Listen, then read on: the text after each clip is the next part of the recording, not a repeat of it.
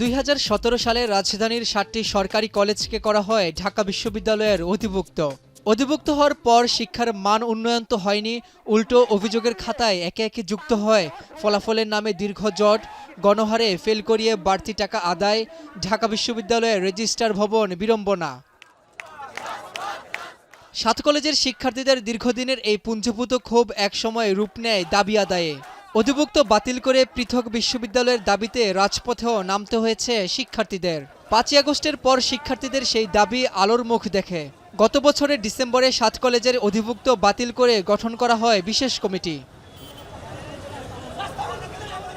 7 college নিয়ে বিশ্ববিদ্যালয়ের বাস্তবায়ন কমিটি 3 মাসের বেশি সময় ধরে বিশ্ববিদ্যালয় গঠনের সম্ভাব্যতা যাচাই, ক্যাম্পাস পরিদর্শন, পৃথকীকরণের রূপরেখা প্রণয়ন, শিক্ষক শিক্ষার্থীদের সঙ্গে বৈঠক করেন। 3 মাস পর ঢাকা সেন্ট্রাল ইউনিভার্সিটি নামে নতুন বিশ্ববিদ্যালয়ের নাম চূড়ান্ত করেছে বিশ্ববিদ্যালয় মঞ্জুরি কমিশন।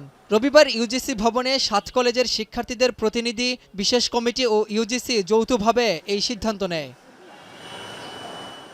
ইউজিসির চেয়ারম্যান জানান, বিভিন্ন সময়ে বিভিন্ন নামের প্রস্তাবনা এলেও ঢাকা সেন্ট্রাল ইউনিভার্সিটি নাম চূড়ান্ত করে পাঠানো হয়েছে মন্ত্রণালয়ে।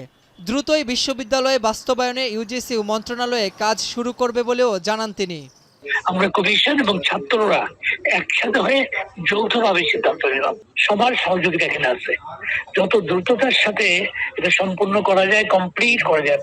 এদিকে নিয়মিত প্রেস ব্রিফিংয়ে প্রধান উপদেষ্টার উপপ্রেস সচিব আজাদ মজুমদার জানান, ঢাকা সেন্ট্রাল ইউনিভার্সিটির দায়িত্ব নেবেন 7 কলেজের যে কোনো একজন অধ্যক্ষ। ইতোমধ্যে তাদের সাক্ষাৎকার নেওয়া হয়েছে বলেও জানান তিনি। বিশ্ববিদ্যালয়টা পরিচালনার জন্য একজন অন্তর্বর্তীকালীন প্রশাসক থাকবেন। এই অন্তর্বর্তীকালীন প্রশাসক হবেন এই 7টা যে কলেজ, সেই কলেজেরই প্রিন্সিপালদের কোনো একজন। রাব্বি হোসেন, এখন, ঢাকা।